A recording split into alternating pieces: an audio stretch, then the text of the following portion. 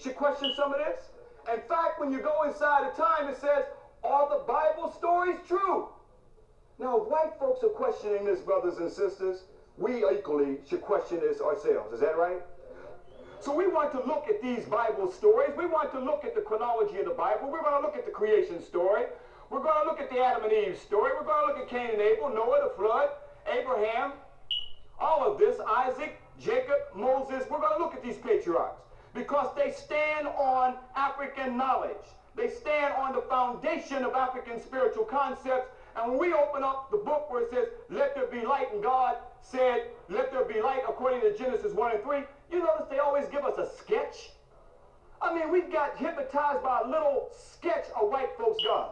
But our ancestors carved brilliantly and painted brilliantly the concept of monotheism, the concept of one God called Ptah. How can we accept the sketch when we got this?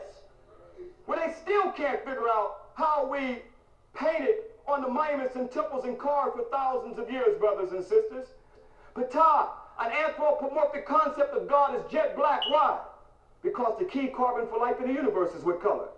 Blackness. Here we see in pre-dynastic times, Ptah, long before there was Elohim, long before there was Yahweh, long before Jehovah, even long before the concept of Allah, long before all those terms, our ancestors had the concept of monotheism. All over the African continent there was a concept of monotheism. Like we see among the Dogon, we call God Amma. Also in Kenya, we call God Nga. So we see the concept of one God is all over the African continent. Ptah is holding the Wa scepter. That is the power. Now let's look and see.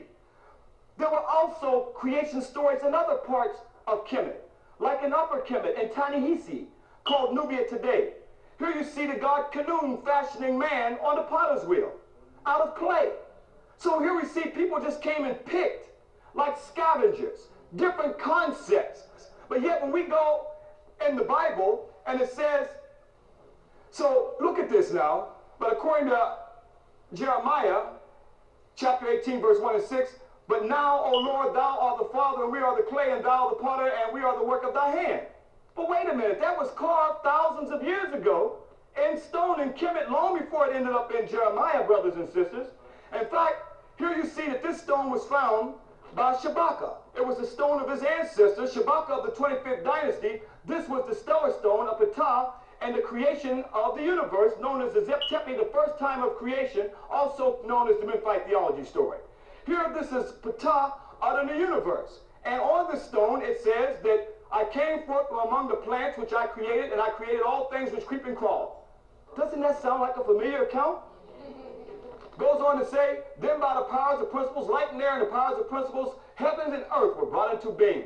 This was the creation of the heavens and the earth, and Asar and Aset, although you have the Greek names here, Osiris, Horus, and Set. So here you see the whole creation of the universe was already known by our ancestors, and this was told in anthropomorphic form, and Atum was not a man, Atum was the sun.